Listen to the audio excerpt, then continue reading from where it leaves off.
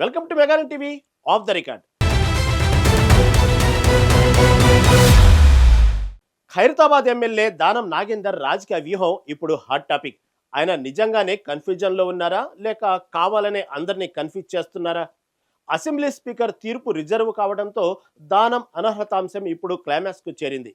మొదట పార్టీ మారలేదన్నారు, తర్వాత కాంగ్రెస్లో చేరానన్నారు, ఇప్పుడు కోర్టులో మరో కొత్త లీగల్ వాదనకు తెరపైకి తెచ్చారు.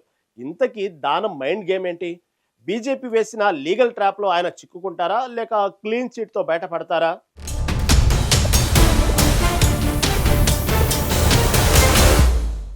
తెలంగాణ అసెంబ్లీ ఎన్నికల ఫలితాల తరువాత రాష్ట్ర రాజకీయాల్లో ఫిరాయింపుల పర్వం ఒక పెద్ద చర్చకు దారితీసింది. బీఆర్ఎస్ నుంచి గెలిచిన 10 మంది ఎమ్మెల్యేలు కండువాలు మార్చి కాంగ్రెస్ కూటికి చేరారు. వీరిపై అనర్హత వేటు వేయాలని బీఆర్ఎస్ నాయకత్వం స్పీకర్ కు ఫిర్యాదు చేసింది. అయితే ఈ ప్రక్రియ నెలల తరబడి సాగుతూ వస్తుంది. హైకోర్టు జోక్యం చేసుకోవడం, సుప్రీంకోర్టు గడువు విధించడంతో స్పీకర్ గడ్డం ప్రసాద్ కుమార్ విచారణను వేగవంతం చేశారు. గత శనివారం జరిగిన సుదీర్ఘ విచారణతో ఈ ఎపిసోడ్ దాదాపు ముగింపు దశకు చేరుకుంది. మొత్తం 10 మంది ఎమ్మెల్యేలలో 8 మందికి స్పీకర్ ఇప్పటికే ఊరటనిచ్చారు. వారు అధికారికంగా కాంగ్రెస్ లో చేరినట్లు పక్కా ఆధారాలు లేవని స్పీకర్ కార్యాలయం పేర్కొంది. కానీ మిగిలిన 2 కడియం శ్రీహరి మరియు దానం నాగేంద్ర కేసులే ఇప్పుడు అసలు సిసలైన మలుపులు తిరుగుతున్నాయి.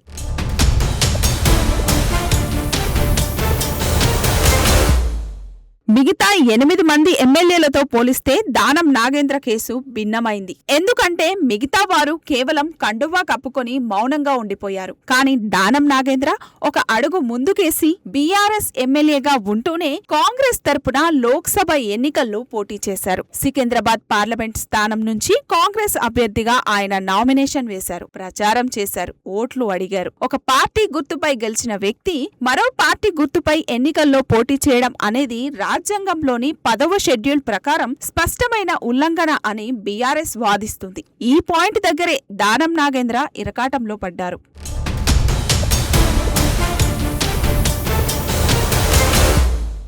అయితే దానం నాగేంద్ర తరపు న్యాయవాదులు అత్యంత వ్యూహాత్మకంగా ఒక లీగల్ పాయింట్ ను తెరపైకి తెచ్చారు. బీఆర్ఎస్ పార్టీ తనపై అనర్హత పిటిషన్ దాఖలు చేసిన సమయానికి దానం ఇంకా ఎంపీగా పోటీ చేయలేదని వారు వాదిస్తున్నారు. అంటే ఫిర్యాదు చేసిన రోజున లేని అంశాలను ఆ తర్వాత జరిగిన పరిణామాలను పరిగణలోకి తీసుకొని తీర్పు చెప్పకూడదు అనేది వారి ప్రధాన వాదన. చట్టంలోని సందుగొందులను వెతుకుతూ సాంకేతిక కారణాలతో కేసును నీరుగార్చాలన్నది దానం ప్లాన్ గా కనిపిస్తుంది. గతంలో కూడా దానం ఇలాంటి క్లిష్ట పరిస్థితుల నుంచి బయటపడిన చరిత్ర ఉంది. అందుకే ఆయన ఈసారి కూడా అదే ధీమాగా ఉన్నారు.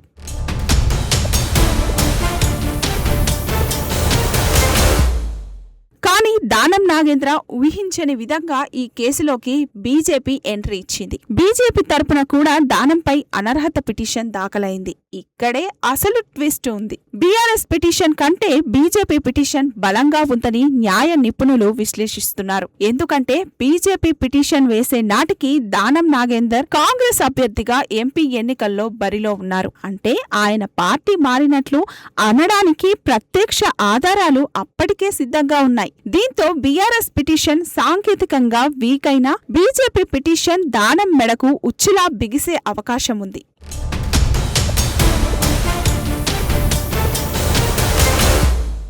రాజకీయాల్లో దానం నాగేంద్ర స్టైలే వేరు.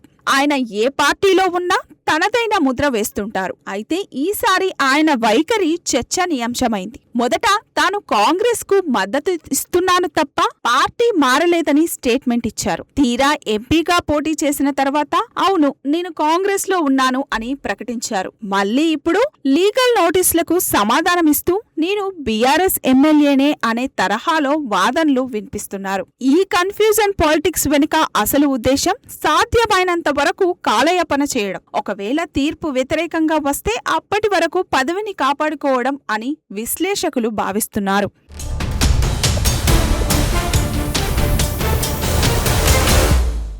ఇప్పుడు అందరి దృష్టి స్పీకర్ గడ్డం ప్రసాద్ కుమార్ వెలువరించే తీర్పుపైనే ఉంది. ఒకవేళ స్పీకర్ దానం నాగేంద్రపై అనర్హత వేటు వేస్తే ఖైరతాబాద్ లో ఉప ఎన్నిక అనివార్యం అవుతుంది. దానం ఇప్పటికే దీనిపై మానసికంగా సిద్ధమయ్యారు. ఒకవేళ పదవి పోతే మళ్లీ గెలిచి వస్తా అని ఆయన బహిరంగంగానే సవాల్ చేస్తున్నారు. అయితే ఇది కేవలం దానం వ్యక్తిగత గెలుపు ఓటముల సమస్యే కాదు. అధికార కాంగ్రెస్ పార్టీకి కూడా ఇది ఒక పెద్ద పరీక్షా సమయం. ఫిరాయింపుల విషయంలో ప్రభుత్వం అనుసరిస్తున్న తీరుపై ప్రతిపక్షాలు కోర్టుల ద్వారా ఒత్తిడి పెంచుతుండటంతో స్పీకర్ నిర్ణయం అత్యంత కీలకంగా మారింది.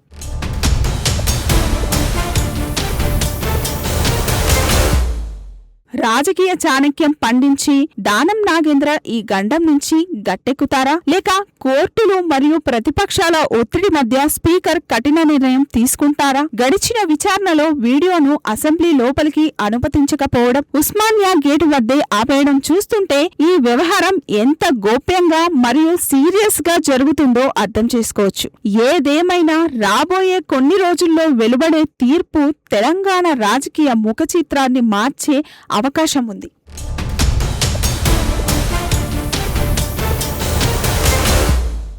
చూసారుగా, దానం నాగేంద్ర కేసు ఇప్పుడు ఒక క్లిష్టమైన మలుపులో ఉంది. అటు లీగల్ పాయింట్లు, ఇటు పొలిటికల్ ప్రెజర్ మధ్య స్పీకర్ ఏం తేల్చబోతున్నారు? ఖైరతాబాద్ ఎమ్మెల్యేగా దానం కొనసాగుతారా, లేక మాజీ ఎమ్మెల్యేగా మారుతారా? కాలమే సమాధానం చెప్పాలి.